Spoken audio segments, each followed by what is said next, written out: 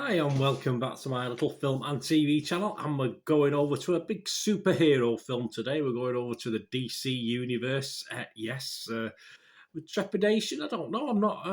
I did love DC comics as a kid, as you probably know if you watched any of my vlogs. But DC and Marvel, I just watch a film to be entertained. I don't have any allegiance for either. So a couple of comments today might be quite interesting on this one.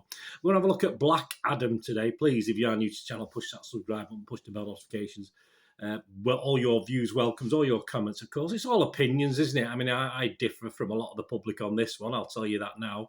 Although I do agree with a lot of the critics, which I don't like to do, but sometimes it does happen, unfortunately. So please let me know your comments. Please give us a thumbs up as well. Excuse me. If you can, be great. It's great to get views, but it's just nice to get thumbs up, as I say, even if we don't agree on our opinions for this. Be great. I'm sorry about the cough. I just had a cold, got rid of it, but I just can't get rid of this niggly little cough, unfortunately. So my apologies. Black Adam, yes, 12A, 124 minutes, and it did feel like it to me. It did go on for a long time, this for me, which isn't a good sign for me anyway. An action-adventure fantasy superhero film on the DC Comics character of the same name. I don't think he was around when I was reading DC Comics anyway.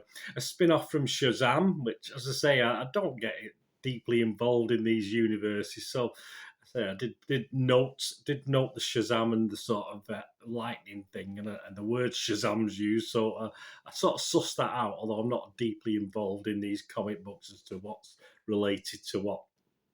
11th film in the DC Extended Universe, yes. So it's not the DCU, it's the DCEU, isn't it? Directed by Jam Colette Sierra and written by Adam Szekskiel, Rory Haynes and Sorab Noshiavani. And it stars, yes, a guy I usually like, Dwayne Johnson. I don't mind him. He's playing a role, but yeah, not so great in this. He served as producer as well as the main character, alongside Aldis Hodge, Noah Centineo, Sarah Shahi, Marwan Kenzari, Quintessa Swindle, Bodhi Sabongui, and Pierce Brosnan. An interesting role from Pierce Brosnan. I wasn't quite sure on his accent in this. I don't know. He was sort of up and down, different accents. His Irish lilt came out more at times than other times.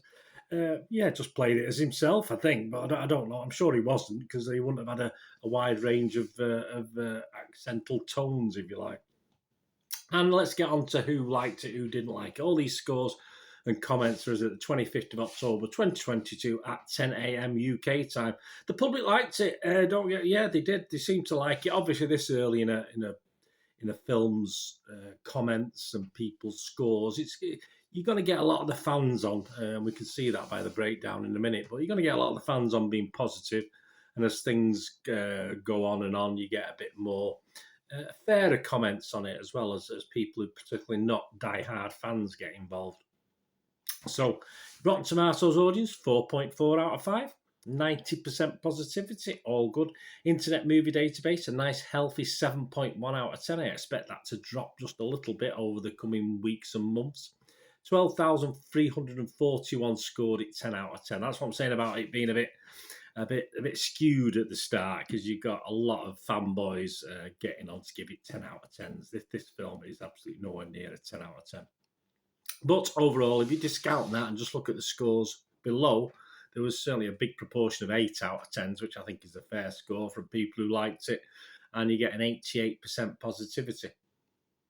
Johnson himself was attached to this Shazam the actual Shazam film, early in that development, and was confirmed to portray the villain Black Adam back in September 2014, of course, but the producers later decided to give the character his own film, so we didn't get that.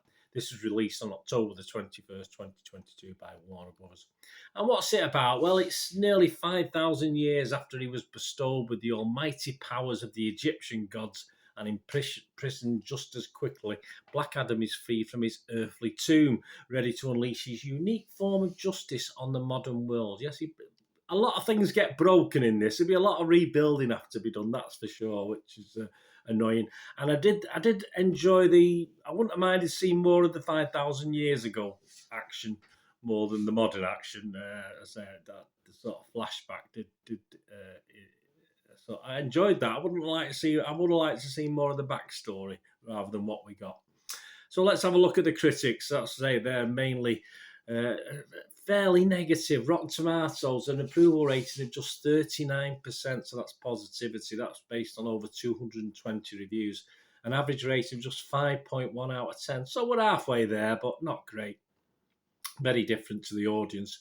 88 fresh, but 138 rotten. So that sort of tells you the thoughts on many of the critics.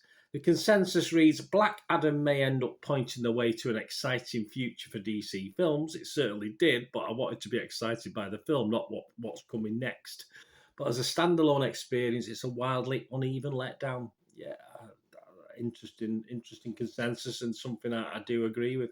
On Metacritic, the other critic site we look at, an average of just 41 out of 100. That's based on 50 critics, and it scores anywhere between 25 out of 100 and 75 out of 100. So not fantastic. So let's name and shame, or name and acclaim, shall we?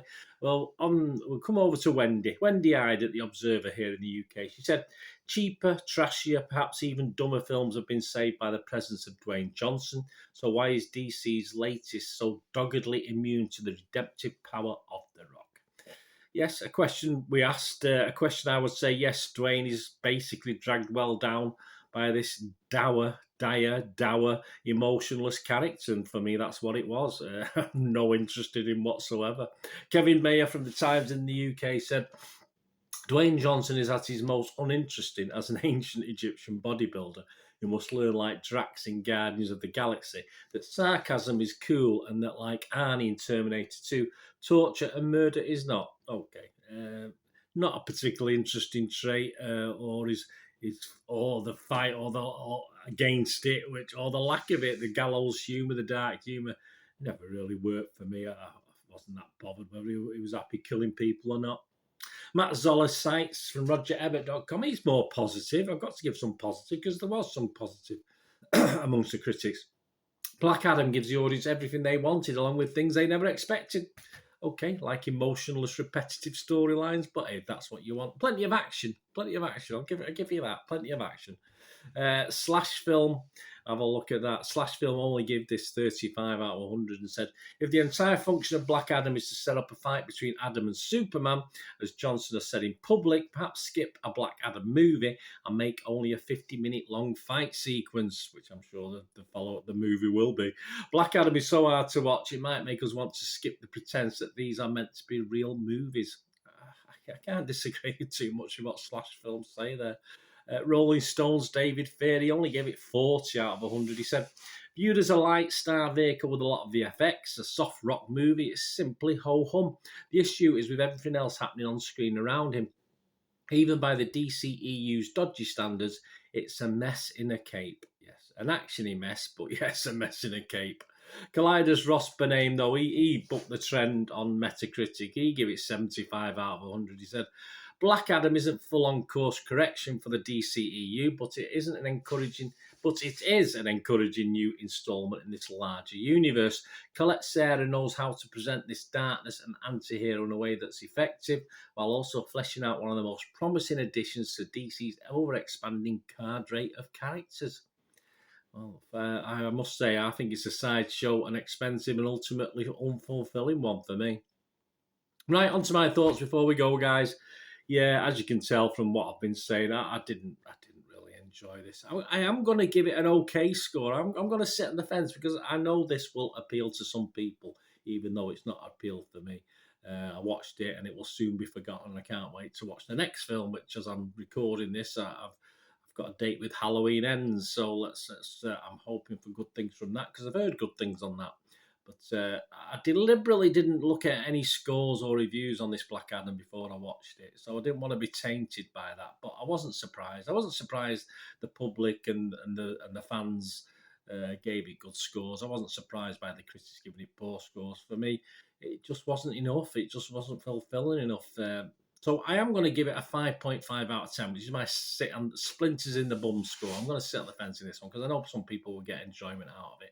I'm not going to say it was 2 hours wasted. I wouldn't mind it being cut down to 90 minutes and having that part of my life wasted, but it's just not good enough for me. And of course, it splits the public seemingly and the critics. And I don't like to say it, as I said, I'm on the critic side. It may be a good thing for some film watchers, but for me, if I say it had the hallmarks of a Marvel film rather than DC. In fact, when I was watching it, and then obviously I don't know too much about Black Adam. Obviously, I know about other characters like the Justice League, etc. But I just had a feel of a Marvel film. Not in if you're a Marvel fan and the way of the action, great. But just for me, I expect a little bit more from DC. I expect stuff to be a little bit darker. I want it to be a little bit more serious, and you certainly got a serious character here in Black Adam. But it just didn't give me that dark vibe. So yeah, I can, as I say, at times I thought I was watching a Marvel Universe film rather than a DC. It was long, definitely long. I was zoned out from time to time, got a little bored, to be honest with you. And I had a great deal of trouble investing in any of the characters that they threw at you. And this is what the problem with these films, they throw far too many characters at you anyway. So you're struggling, unless you're invested from reading the comic books, etc., which I can fully appreciate. It's a one-off film. There's too many characters I wasn't that bothered about, and especially Black Adam, who felt it was very uninteresting and certainly uncharacteristic. So I didn't really care much about him or the film in general. CGI is okay sometimes and sometimes not. It's hit and miss. It's not fantastic. It looks cartoony at times. If that's supposed to be what it's supposed to do, fair enough. But it doesn't look real for me, so it doesn't really work. Plenty of action, little jeopardy. I didn't, if you're going to get slammed against buildings and just shake your head and get up, where's the jeopardy? I always have this trouble with superhero films, action sequences anyway. That's why I want a decent story.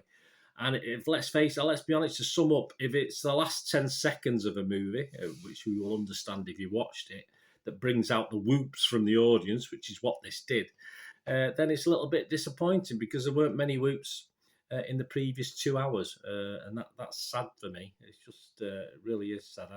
You want to be whooping throughout the film, not just because of what something may happen in the future, and that's all this was. It's just a way of getting to perhaps another one, which. Hand on heart, I think they might make a mess of as well as going forward with the next little or promise of what's going to happen in the future. So disappointing for me. I will give it a say. I'll have to give it a 5.5 because I know it's just me. I just it didn't really appeal to me. Just uninteresting, unsatisfying in a character-driven sort of way, and the story was pretty basic. So not very good. Let me know in your comments, guys. Thanks for watching. Please, until we meet again, please stay safe, everyone. Thanks for watching. Bye for now.